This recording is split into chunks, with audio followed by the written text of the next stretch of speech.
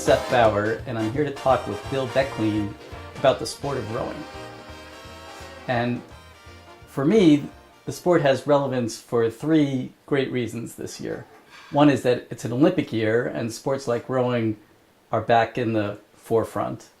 The second is the book The Boys in the Boat has caused a pretty big sensation in the literary world, and we even hear that there is a Hollywood movie in the works about the boys in the boat. And the third reason is sitting next to me, to my right. Bill Becklean is a member of the 1956 Olympic-winning U.S. crew from Yale University. And his story is kind of a boys in the boat story of its own. And I wanted to hear more about it, and so I came to visit Bill to chat about the boys in the boat. Boys in your boat. Right. So let's start in the middle.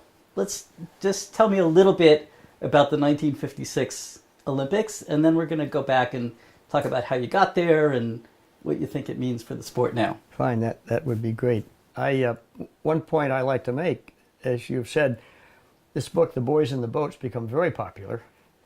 And in fact, I've done a couple of presentations before book groups with my friend John Bigelow, who was the U.S. sculler in the '84 Olympics, talking to book groups about the boys in the boat.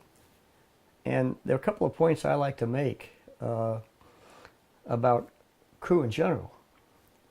And you might even agree with this. I think I would say certainly every boat that ends up in the Olympics has a boys in the boat story. In fact, almost every boat will have a boys in the boat story that they can tell about how their boat came together. And our 56 boat came together in a very unusual way. In the fall of '56, everyone in the boathouse was aware it was an Olympic year, that our focus was not on going to the Olympics. Our focus was just trying to get a fast boat and beat Harvard, frankly. Right. So how had you started in the sport? Oh gosh, that's an interesting story all by itself. I'd like to talk about my being a beneficiary of an early diversification program by a New England prep school, who thought that they had too many kids from Massachusetts and New York in the school, and they selected a member of the faculty to go out and find some kids from the Midwest. Make a long story short, he happened to stumble onto me.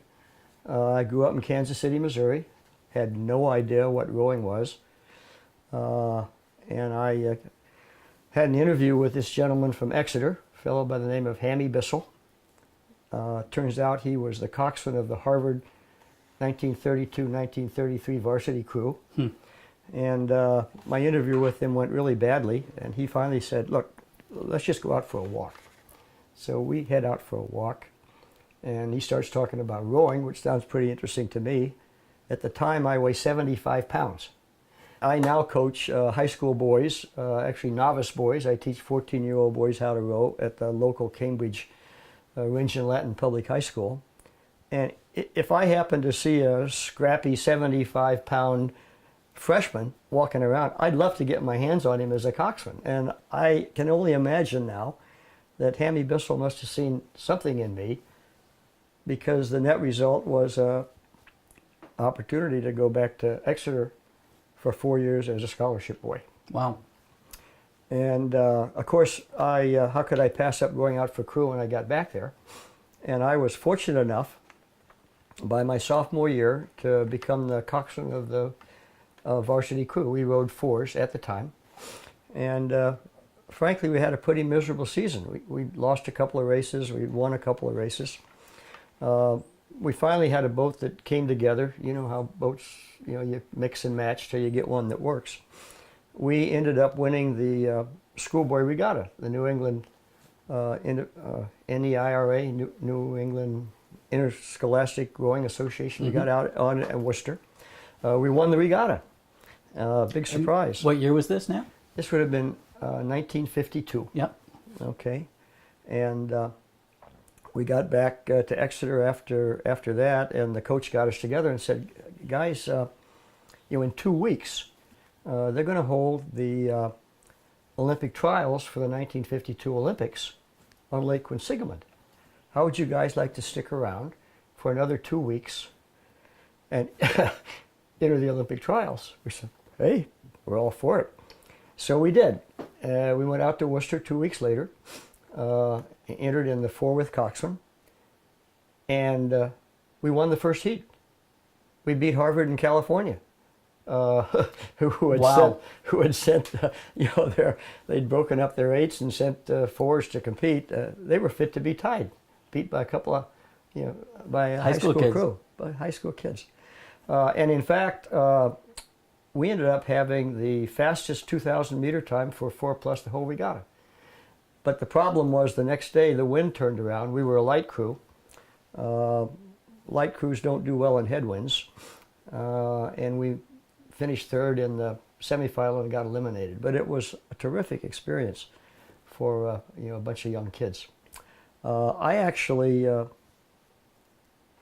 quit crew after that and went out for lacrosse. I thought, sitting in the back of the boat, is that really as much fun as playing lacrosse? So I played lacrosse for 2 years and ended up going to Yale without a thought of rowing at Yale ever entering my mind. Didn't have anything to do with my decision to go to Yale. And when I got to Yale, again, another long story short, I got talked into going out for crew by a Yale Exeter classmate of mine by the name of Bob Morey, who had rowed all 4 years at Exeter, was on the varsity senior year, and came into my room one night with a big sales pitch about, it was an Olympic year, and he remembers seeing the Navy admirals with their blue and gold blades flashing. It was a real bad sales pitch. And Couldn't have been too bad because it worked, right? He delivered it. My roommates were all in the room. He was delivering this, and when he left, they all broke out laughing. This guy's crazy. What's this guy all about? I finally basically agreed to go out just to get him to stop talking. So I went out. Again, fortunate circumstance, and we had a freshman crew that was not a particularly good crew. In fact, coming up to the Harvard race, we hadn't won a race. I think we had a dead heat in the Blackwell Cup. I think we had a dead heat, and got up to Gales Ferry, and there was a... Gales Ferry is where Yale races against Harvard. Gales Ferry, for the Harvard-Yale race. Both Harvard and Yale have a camp on the shore of the Thames River up near Groton, Connecticut, just north of the submarine base in Groton, Connecticut, where they go for the sole purpose of training for their 4-mile regatta at the end of every year. In fact, we just had the 151st running of the Harvard-Yale regatta, which, as an aside, turns out to be the oldest intercollegiate athletic competition in the United States, dating from 1832. Amazing. So it goes way back. In any event, John Cook, whenever he got in the boat, he didn't know how to row. And our coach, a fellow named Art Gilchrist, we called him Gilly. John, when he couldn't get in a boat, would get in a 2-man tub, basically a pair-oared boat. Each man has 1 oar, lap streak, slow, wide boat, and row up and down all by himself. And he did that most of the spring. And when time came to go to Gales Ferry, John asked Gilly if he could go, because he wasn't in the freshman boat. And I think Gilly felt so bad about saying no that he finally said, John, come on up to the ferry. We got to the ferry and started rearranging the boat. And just as an aside, one of the most difficult things a coach has to do is to take his squad of men and try and figure out a combination that makes the boat go fast. Right. Obviously, you and I know you can feel when a boat goes fast and when a boat doesn't go fast, just in the seat of our pants, how the boat goes. We worked combination around, and we ended up with a boat that we thought was pretty fast. The Harvard boat that spring was undefeated. They had not lost a race. obviously showed up at their camp called Red Top, pretty confident that they could take us on in a 2-mile freshman race. We thought that we'd give Harvard, we'd give up about a length at the start because we weren't particularly fast starting crew, and we thought we could roll them down in the middle of the race. And that's how it started. They got about a length of us on us at the start. And about a half-mile out, we decided that we'd take the first Power 10, see if we could get a little, gain a little on Harvard. So I called a Power 10. We started to move on Harvard. And the Harvard coxswain, of course, we're side by side. You can hear what's going on. The Harvard coxswain yells to his crew, "Oh no, don't let them pass us." Oh, great. Here they come. Yeah, 5 strokes later, we had open water. That was the end of the race. The race was all over. He had destroyed his crew. And in fact, encouraged mine with those words. Yeah. And we ended up winning the race by open water. Funny part of that story is when we pulled the boats together at the end of the race, there's an old tradition of exchanging your shirts. The losers take their shirts off and give them to the winners. John was in the 5 seat of the boat, and 5-man in the Harvard crew gives John the shirt and says, "Gosh, how did you guys do that?" John says, "I have no idea. It was my first race." The oarsmen have slightly different roles in the boat. So even though everyone's trying to do things exactly in rhythm and exactly together, people have slightly different jobs or responsibilities in the boat. Do you want to sort of take us through that? Perfect question. Yes, perfect question. And it's one you often get asked, are the guys all the same? How do you, and we talked a little bit about it, the role of the coach in trying to get the right guy in the right seat. And we talk a lot about the positions in the boat, which we should clarify first. And that is, I can use this picture right up here. This is an 8. It's an old one, but the seats are numbered from the bow up here, bow to stern, bow or number 1, 2, 3, 4, 5, 6, 7, 8. The 8-man is called the stroke, and this is the coxswain facing the stroke right here. So, in terms of putting a boat together, I've learned a lot about that since I started coaching novice boys. I think it's the hardest job that a coach has, is to take this pool of people and figure out who goes where. And here's the way I think about it. The seats that I feel the easiest are the bow and 2 seats. Because bow and 2, they're very critical. They tend to be the lightest people in the boat. You don't want heavy guys up there to weight the bow of the boat down. They tend to be the lightest guys, and they also tend to be the best rowers. They have the best technique, the best form. The next guys that you fill in are the stroke and 7.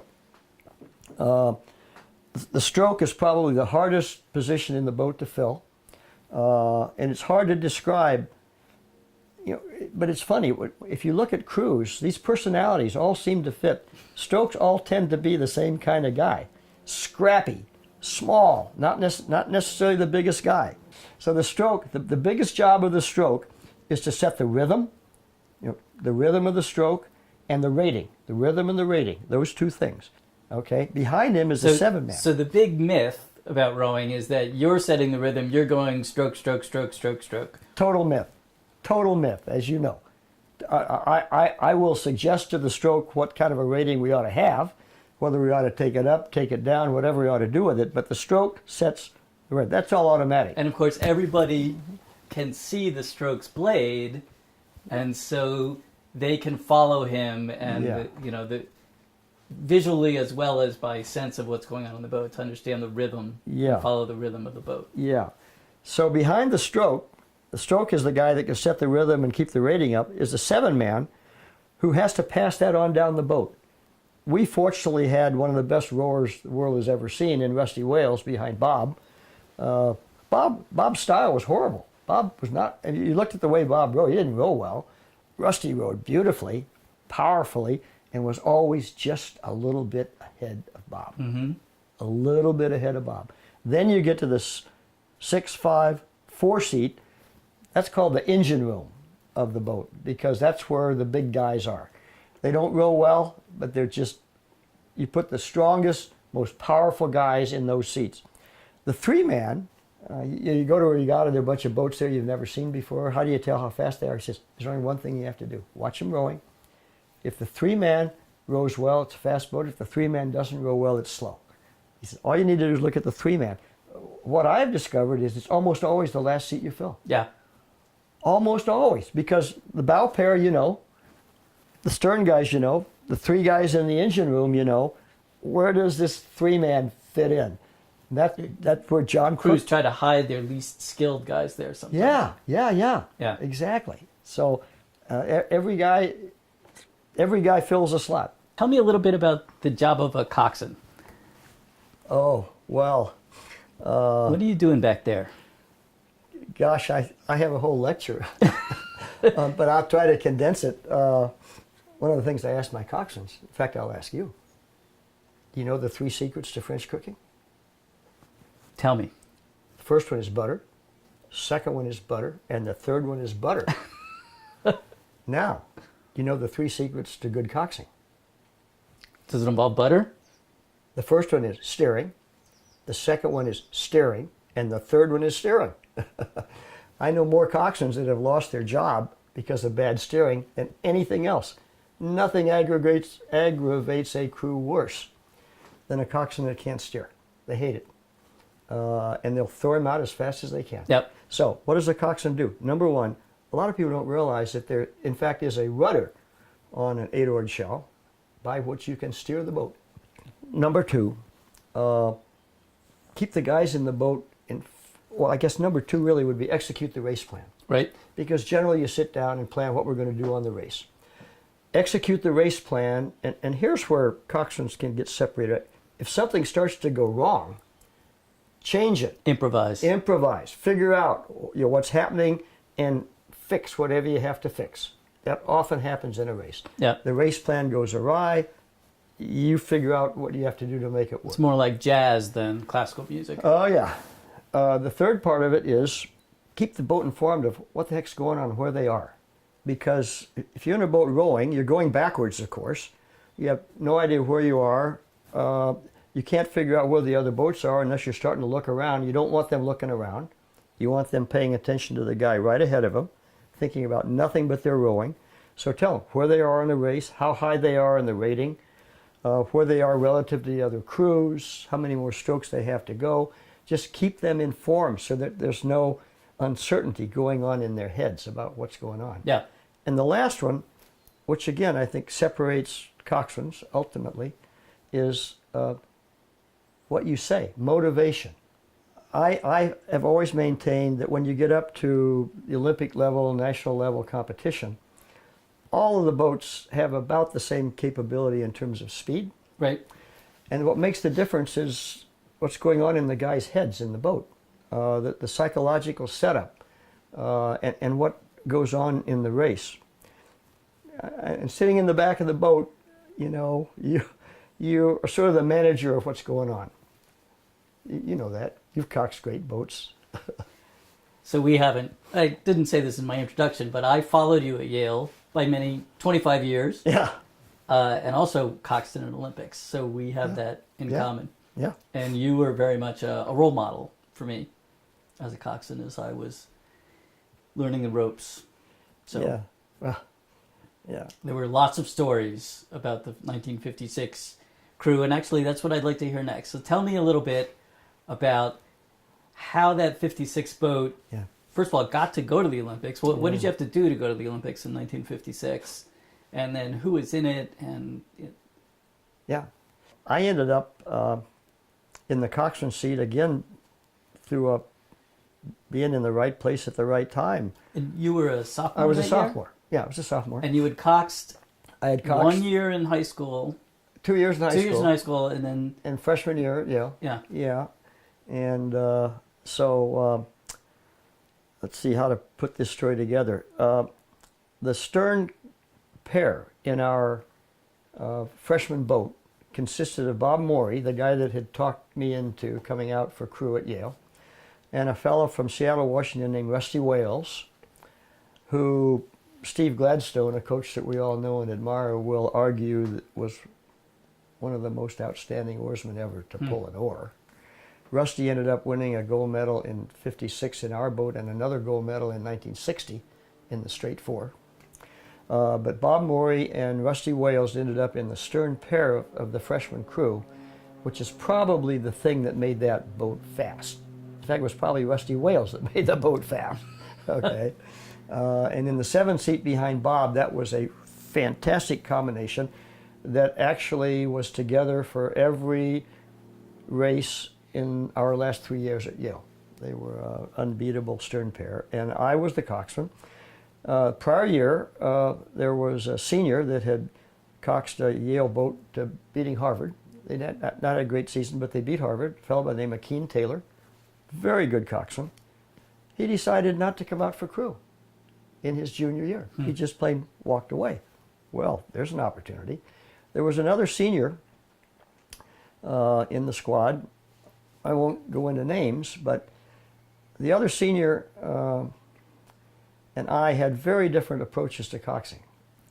I really liked to encourage my guys. Okay, I tried to, say very positive things. Yeah. The other coxswain, if you run across him, was a very negative guy. He used to swear at him, and get angry at him and call him bad names, And there was a fella in the that was bound to be in the varsity boat that year, our 6-man, S.E. Esselstyn, fabulous athlete. He was Jim's favorite. Coaches always seem to have a guy that's always going to be in the boat. S.E. was always going to be in the 6th seat. And S.E. made it real clear to the coach if the other coxswain was in the boat, he wasn't going to be in the 6th seat. So I got the coxswain's job kind of early on. There were, without going, guy by guy, I think there were 2 really important transitions in that boat that made the boat come together. The next to last guy into the boat was Dave White. Dave White had been the stroke of my Exeter crew that won our first heat in the Olympic trials in 1952. He was a senior then. He went down to Yale with what he now admits was a pretty swelled head. I mean, I rowed in the Olympic trials. Right. I'm God's gift to rowing. And he stroked the Yale freshman crew. But after his freshman year, he never had a seat in the varsity boat for the 3 years that he rowed on the varsity team. Until one day in the spring, when we were, again, the coach is trying to get a combination together that makes the boat swing. And there was a sophomore in the 2 seat who was pledging a fraternity and was late getting to practice. And finally the coach got frustrated. The protocol at the Yale Boathouse, I think it's probably still the same, no one goes on the water till the first varsity boat is on the water. Right. So we're sitting there waiting. Finally, the coach is exasperated. He turns around and he says, Dave, get in the 2 seat. Dave got in the 2 seat. I could tell from the get-go that, oh man, the boat felt so much better. Had a nice swing, nice rhythm. Dave owned that seat for the rest of the year. Never give up your seat because somebody might take it. So, lesson in life. Dave was the next to last guy in that boat. The last guy in the boat turned out to be John Cook. Okay. Basically, the varsity coach paid no attention to John Cook. In the fall of our sophomore year and into the spring, when there wasn't a seat available in one of the first, second, or third varsity boats, if there was another rower around, John would row a pair again, Right. up and down the Housatonic. If there wasn't a second guy, he'd sit in the launch with the coach, and watch the workout. And our first race, I think, was against Dartmouth BU, I forget who it was. And the coach saw that the boat wasn't swinging quite right. Thought there was a break between the bow pair and the stern 5. At the 3 seat, it wasn't working quite right. Yeah. So we took one practice where he took every man on the starboard side of the boat and put him in the 3 seat and saw how the boat went, with the exception of John Cook. Didn't put John in. And at the end of the practice, he was pretty satisfied that he looked at everybody, ready to turn the boats around. And a boatman, was Jerry Romano still around? Sure. When you were there? Sure. Well, Jerry was the launch driver. Yeah. Jerry lived in the next town up, same town as John Cook, Yep. local boy. And so Jerry turns to Jim Rashmid and he said, Jim, give John try John Cook. Nah, he doesn't know how to row. Well, Jim, yeah, just give him a shot. Okay, fine. Just to satisfy Jerry Romano, puts John in the 3-seat. Boom. That was it. You could tell from the minute John got in that boat, that was a fast boat. That's just, you know how these combinations work. Absolutely. All of a sudden, you put a guy in the right place and, the thing gels and it goes. Last seat in the boat. So that's how the boat got together. Other interesting stories about the guys, those are the two real highlights of how that boat got together.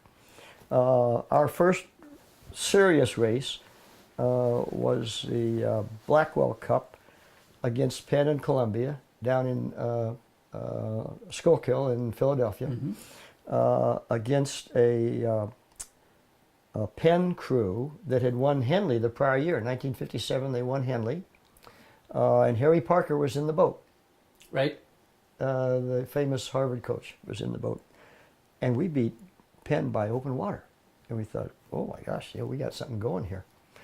And we had a good race, the Columbia Cup, against Cornell and Princeton. Cornell was the odds-on favorite to go to the Olympics.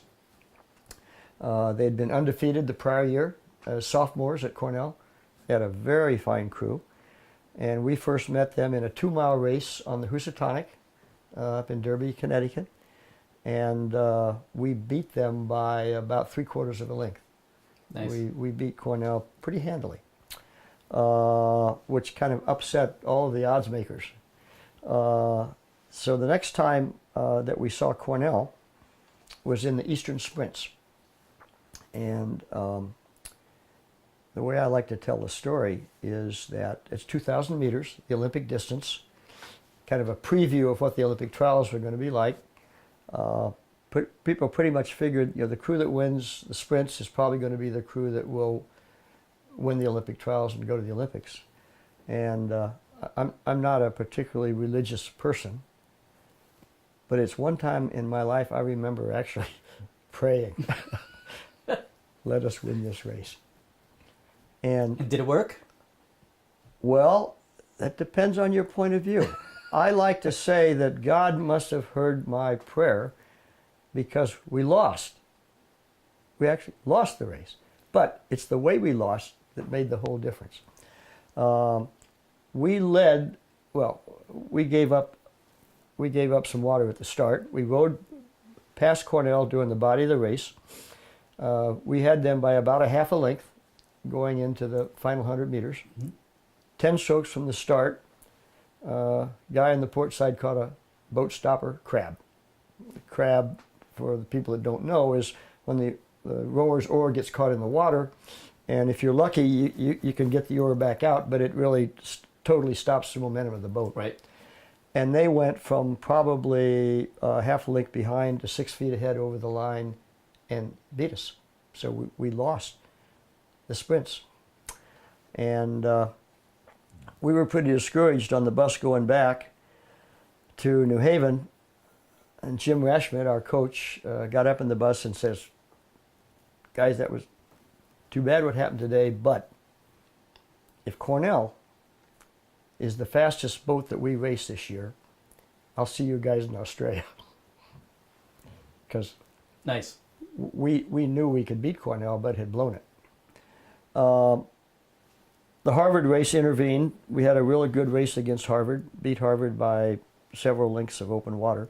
And that's a completely different distance. Totally different distance, 4 miles. And we went from a race that was a mile, basically a mile and a quarter, 2,000 meters.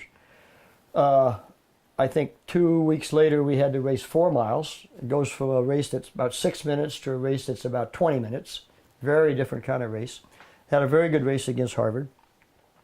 and then stuck around for another week or so before he went up to the Olympic trials in Syracuse on Lake Onondaga. And the boat was horrible. I mean, the boat just didn't move at all. Yeah. Why? No one has any idea. Took the boat up to Syracuse, and literally, like the day before the trials, all of a sudden we were out on one of the canals on the Erie Canal, and all of a sudden the boat back popping, just swinging.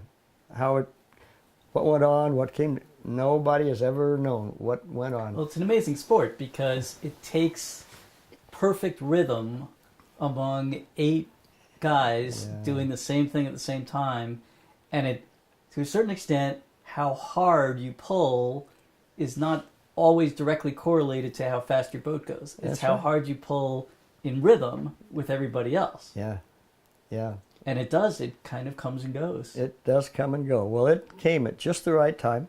We ended up in the final against Cornell again. We were in. Now, this is the Olympic trials. This is the Olympic trials. 2,000 meters. 2,000 meters. It's, what month is it? Yeah, this is July, early July. And the Olympics are going to be... The Olympics are in November. Yep. Okay. Olympics are in November because they're in south Australia, of the, so it's... south of the equator in Yep. Australia for the first time. Cornell, we and Cornell are actually seated in different heats, so we end up in the finals in the same ways. The weather's very bad. The final race is delayed one day into the next day to try and get better water. It's still really bad water. And our race plan was that we figured we could give up a length to Cornell and row them down in the body of the race. We knew that we had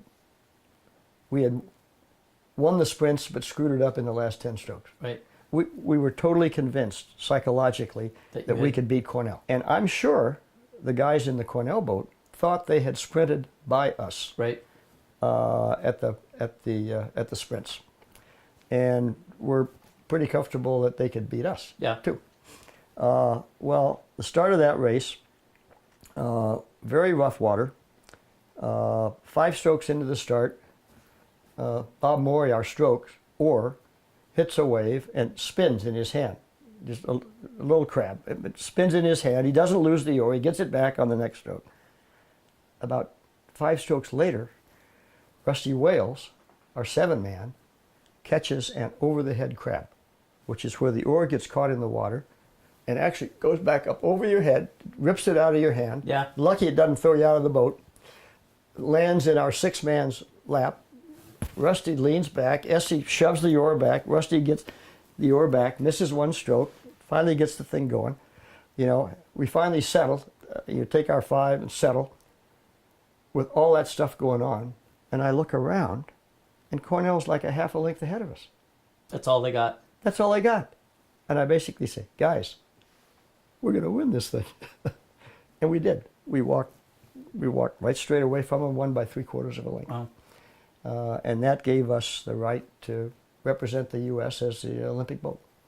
So now, in the grand scheme of things, rowing's a fairly obscure sport. Even in Boston, where there's more rowing than probably anywhere in the country, it's not exactly, top of the Boston Globe headlines or on the television news. What was it like in '56? So you won the Olympic trials. Was there? We had pretty good publicity about that. That was back in the day when the New York Times sports section would still carry the story of the Harvard Yale Regatta.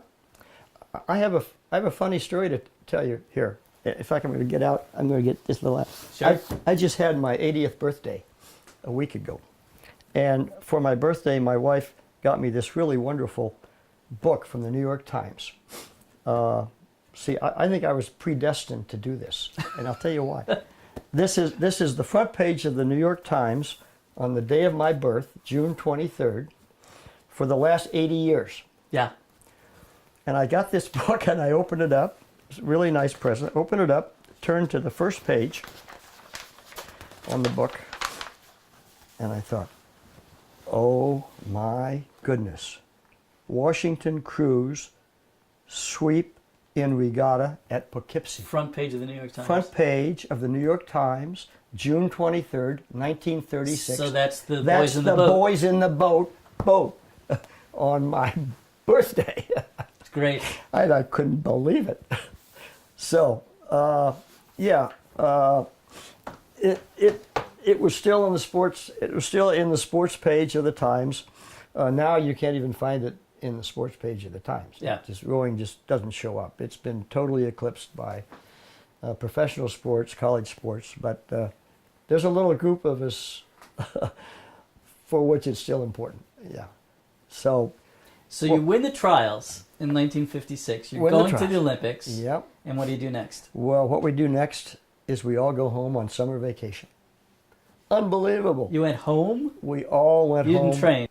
There was no money for us to continue training as a boat, so everybody dispersed. I had a summer job. We all came back in the last week in August to Gales Ferry. Boat got together at Gales Ferry. Everyone had gained weight. Everyone was out of shape. We were there for about a week, and then we moved back to New Haven. 3 of the members of the boat had graduated. 2 of them were in the military. 1 was in medical school. The military guys had been released for military duty to go to the Olympics. Turns out we were the last college crew to win a gold medal in the Olympics. So by the time I was trying out for the Olympics, the Olympics was essentially an all-star team. You tried out individually. Yes. You went to a series of training camps. If there was another guy from your college in the boat, that was a surprise. It's very different. I mean, in fact, I would argue it was a lot easier for us to get to the Olympics than it is for anybody right now. All we had to do was win a race. Yeah. Now you've got to go to a Olympic training camp where you got to get qualified and recommended to do that. There are people that are in those camps for 8, 9, 10 years before they get in an Olympic boat. So it's a lot harder, longer task now. The level of competition is so much higher. But the rest of us were all still undergraduates at Yale, going to So classes. you're just going to classes? Yeah, going to classes. Yeah. And we practiced once a day. We trained in kind of crummy weather. I don't think we ever got in the shape that we were in when we won the trials. And we left for Australia. Our race was, I think the races started around the 23rd of November, something like that. I think it took us 10 days to get to Australia. By what mode of transportation? Oh, How did you get there? propeller-driven airplanes. Yeah, first flight to Los Angeles, a couple of days there to get outfitted and all your stuff. Flight to Hawaii. We all went surfing on the beach. Stayed in the Royal Hawaiian Hotel. Back when there were no hotels other than that on Waikiki Beach. And then a flight via Christmas Island into Melbourne, Australia. And we got there a couple of weeks before the Olympics started. And the rowing event was in a little town called Ballarat, about 80 kilometers, I guess, northwest of Melbourne. Yeah. And we got bussed out there, and the Olympic Village was basically a bunch of World War II Quonset huts that had sort of been dusted out. Luxury living. Luxury living, no heat, and it was cold. Man, it was like March in New Haven. Wet. The first 2 weeks were there. We had 2 days of sunshine, a lot of wind. Basically, we never got back in anywhere near the shape we were in when we won the trials. And the first day of racing, the first heats in our event were the day after the opening ceremony in Melbourne. And the way the Olympics work is there is no draw, there is no seeding for the draw. It's basically a blind draw. Right. And in our first heat, the blind draw produced the 4 English-speaking crews, and basically the 3 favored crews: Australia, Canada, England, and the United States. So that was the setup for the first race. We And how would you get from the heat to the final? Like, how did you advance? Yeah, the first, the way it works is the first two boats in each heat advance to semifinals automatically. Mm-hmm. All the losers in the first heat in the Olympics, there is an event called the repêchage, which I love. In French, that basically means to fish out again. It's called a second chance. All the losers in the first day, first heat, get to come back and race in repêchage, and the two winners of the repêchage get then put back into the semifinals. Right. And we had expected to give up a length at the start. We knew we were a slow starting crew. Our history had always been to be able to row the crews down in the body of the race. We had never rowed a 2,000 meter race higher than 32, maybe 31, 32 That's strokes a minute.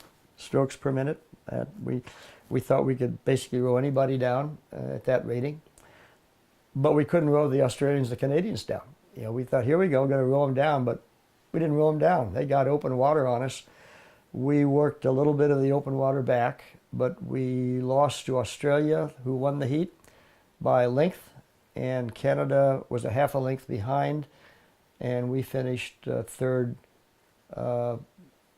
And got kicked into the repêchage. The repêchage, yeah. Kicked into the repêchage.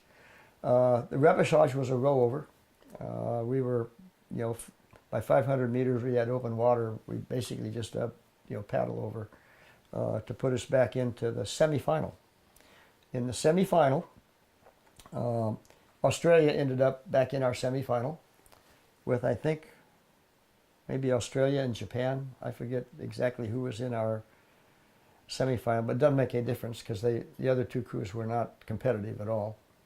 In the semifinal, two crews would advance to the final. So you didn't have to win. All you had to do was finish second, semifinal. After our loss in the first race at Gales Ferry, when we rode before the Harvard race, there was a tradition called the varsity walk. After dinner, the varsity crew would all get together and walk up the road to a graveyard, which is about half a mile into the town of Gales Ferry, and talk over the day's events. We had a little bit of a varsity walk out into a sheep pasture in Australia with our coach. Sat down, talked about, well, guys, we came here to win. Yeah. Coach said, I still think you guys can do it, but we're going to have to kind of work a little harder than we did in the first race. So in the semifinal, for our own psychological well-being, we had to beat Australia. We had to know we could beat Australia. So we went all out. And the plan was go all out. We're going to beat Australia. Our three-man, John Cook, remembers, he's on film saying this, hearing the Australian coxswain 500 meters from the finish when we had a bit of a lead, yelling, "Ease off, Yanks! Ease off, Yanks! We'll both go to the final," while they're taking a power 10. And we didn't ease off. And we beat Australia by a canvas, maybe 12 feet. But we beat them. And like I say, that's all we ever talk about when we see the Australians again, because I'm completely convinced we won the Olympics in the semifinal, just in terms of a psychological setup. Because the finals were, there was one day off, and the finals were the day after that. In the finals were Australia, Canada, the U.S., and Sweden. Sweden was basically not competitive, so it was going to be between the three English-speaking crews. I think it's fair to say that we had a psychological edge, having just proven to ourselves we could beat Australia. In the final, there was no undefeated crew. Canada had finished second to Australia in the first heat. Right. Australia had won. So it was kind of a big round robin. Everyone beat Australia in the semifinal. Yeah. So there was no undefeated crew in the final. Open game at that point. As we're backing into the sort of the starting gate, if you will, we had a tradition in our 56 boat of passing a handshake from the bow down through the boat, just So Good each luck guy to- would turn and shake the hand of the guy behind him. Let's just do our best here, Yep. guys. Let's just do our best. And the 5-man on the Australian crew, they took it upon himself in his very distinct Australian accent. I say, Don, have you ever met Charlie before? Which set us up psychologically perfectly, because it really got us upset. Just really. So we backed in, ready to go all out. I say we knew. The coach and the stroke and I had a brief conversation, but not the rest of the crew. We knew we were going to have to row the race at a higher rating than we'd ever rowed before. We typically rowed a 2,000-meter race at 31:32. We figured we'd be at 34 or higher. We didn't bother to tell the boat, because I think if we had told the boat that that was the race plan, they would have pretty much figured They'd be too we tired. couldn't do it. Yeah. We couldn't do They'd it. be intimidated. Psychologically, we can't do that. Yeah. So we didn't tell them. We just basically, in fact, the race plan by Coach Jim Rashmit was row the first 1,500 meters, row your own race. Row your own race for the first 1,500 meters. Then in the last 500, do what you have to do to win. Yeah. That was the whole race plan. That was the race plan, man. Very sophisticated plan. That was the race plan. 5-stroke start, 20 up, settle. Yep. That's pretty normal. And then first 1,500 meters, row your own race, do what you have to do to win. So, race got started. We started off a little bit behind, started working our way up. And, the story has it that I lied to the crew about our rating, because I did, about 500 meters into the race, basically say we're going to take the stroke up to 34. We were at 34. Now, here's the thing. I didn't have a watch, and I didn't know we were at 34. All I knew was that we had to go up. Yeah. Okay? We weren't going to make Whatever it. you were. Wherever we were, we had to go up. So, called the stroke up. We actually took it up to 36. I think rode the body of the race at 36. Got our nose out, probably 1,100 meter mark. Got our nose in front. At which point, I did start saying, "You're going to win. You're going to win." And I kept calling it for Jim. In fact, I will say, I get a little emotional, that we weren't rowing for the U.S. and we weren't rowing for Yale. We were rowing for Jim, our coach. And it went up, and I started calling technique. Yeah. Right? Technique. Yep. Sit up straight. Sit up the catch. Sit up the catch. Okay. Fast hands. Fast hands. Fast hands. All technique. All we needed to do for the last 500 meters was not make a mistake. And we didn't. We won by about 3/4 of a length over Canada, and Australia finished third. Wow. End of story. Yeah. Yeah. Yeah. So, John Cook totally passed out. There's it's not on the wall here, but there's what I call our signature photo of our boat basically collapsed at the finish. John Cook passed out, which was not unusual. He did that often at the finish of a race. He doesn't remember the last 100 meters Right. at all. We held him up while we got the medals, and they carted him off to the hospital, spent the night in the hospital before he could recover and come back. Charlie Grimes, our 5-man, huge man. Charlie was about 6'7", probably 215, 220 pounds. Charlie has his legs over the side of the boat in the water, complaining that his legs were hot. And of course the rest of the crew is saying, "What do you mean your legs are hot? Our legs are always hot." "What are you talking about? Yep, this is the first time your legs are hot."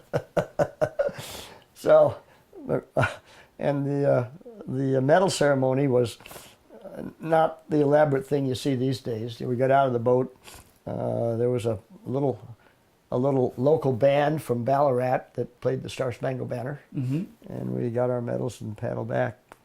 And we were no sooner back in the Olympic Village than all the Australian guys came running over and said, "Okay, Yanks, now we're going to show you Australia." And we were there another, I guess, 5-6 days. Went back to Melbourne to the Olympic Village. Yeah. And they took us down to the beach and out. We had a wonderful time with them. We've been friends for 60 years. It's great. Yeah. That's just a great story. So that's the 1956 boys in the boat. You said you didn't have a watch to Right. figure out the stroke rating. So how did you know the stroke rating, and how do you measure stroke rating? Right, good question. In those days, the way the stroke rating, of course, is just number of strokes per minute. Right. Right? 30 strokes a minute is basically you're taking one stroke every 2 seconds. When the boat's paddling, you're probably doing 19 or 20 strokes a minute. We do a lot of workouts at 24, very low rating. Like I say, we used to race at 29, 30, 31 strokes a minute over 2 miles. Nowadays, the Yale crew last year in Henley rode the race flat out at 38, which would have been unheard of in our day. But in any event, back to how the coxswain knows what's going on. In my day, we actually had a watch that was calibrated, so you could time 3 strokes, start it and stop it at 3 strokes. It would tell you exactly what the stroke rating was. I didn't happen to have one, although I got pretty good at the seat of my pants of knowing what the rating was. You probably did Yeah, too. after a while, Yeah, with experience. How did you actually communicate sure. with your crew? Yeah, well, I got to get up for a minute here, but I'll show you how that works.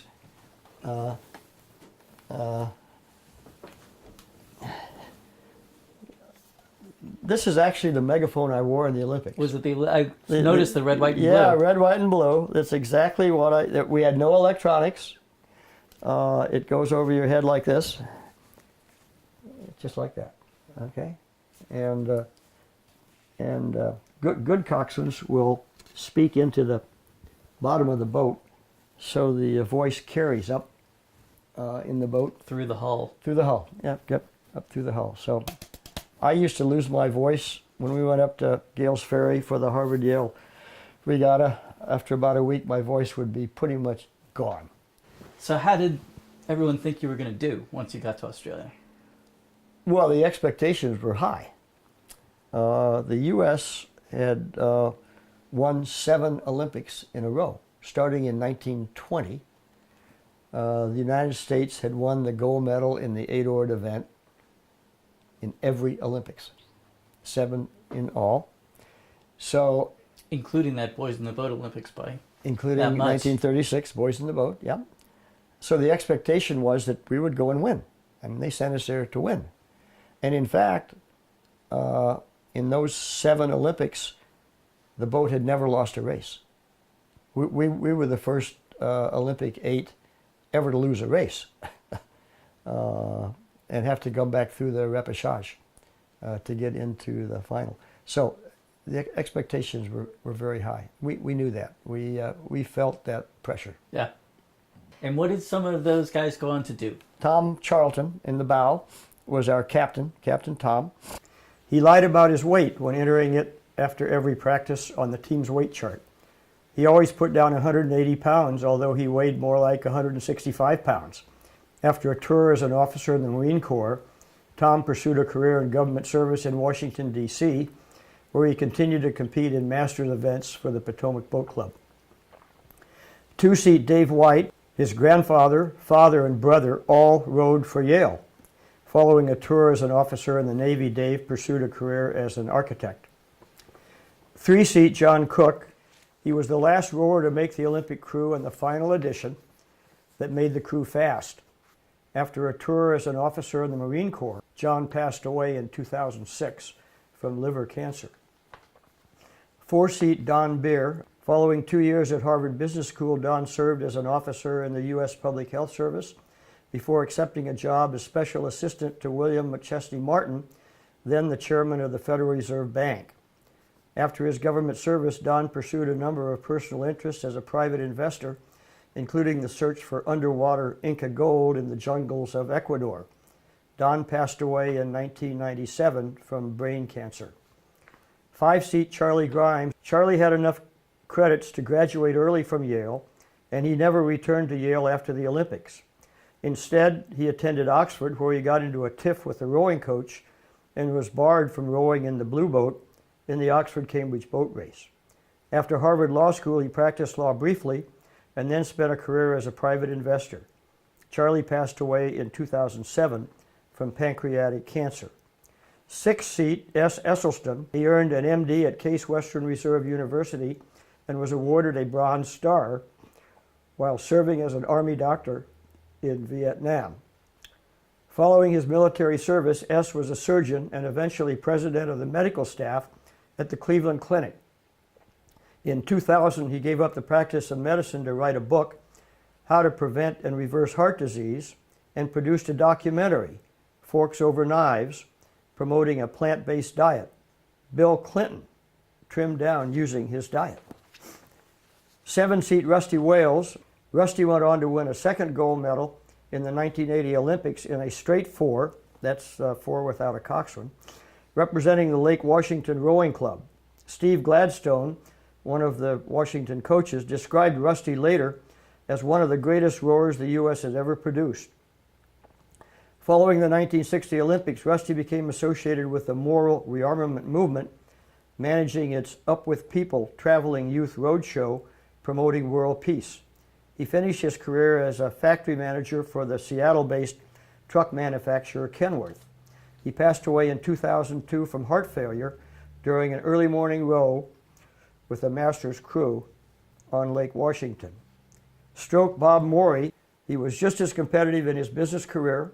Following a tour as an officer in the Navy, he graduated from the Harvard Business School and pursued a highly successful career spanning the investment, healthcare, cattle ranching, and winery businesses. His crewmates still call him Trader Jack for his demonstrated ability at the 1956 Olympics to outmaneuver the whole Olympic Village in cornering the market for the trading pins that the teams brought to swap with each other. We used to have a reunion every 5 years until the fourth guy passed away. Charlie Grimes was the last guy to pass away. And we now have a reunion every year. Good. Every single year. In which we always call Garth Manton in Australia, the guy that basically motivated us in the final. Yeah. So, yeah. And you went back for your junior year of college. Oh yeah, I managed to finish my junior year. Yeah. My grades were so great. I was an electrical engineer. I was going to miss laboratories, everything else. I went around to all of my professors to get up syllabus of what I needed to do while I was gone. And so I got one from I put this package of books together, and I carried the package of books out to Los Angeles. I'm in a hotel room in Los Angeles, and I said, "You gotta be crazy. I'm going on the biggest adventure of my life. I got these books. I'm not going to study." I packaged them all up and sent them home. I said, "I'm out of here." But I managed to make it. Yeah. All the guys. John Cook spent one extra year. He was the only guy that slipped ahead 1 year. Otherwise, everybody made it. Yeah. So thank you, Bill Becklean, for sharing your story and this time, and something that we share, which is love for the sport of rowing. You're entirely welcome, Seth. It's been a pleasure. I'm Seth Bauer, and thank you for spending time with Bill and with me.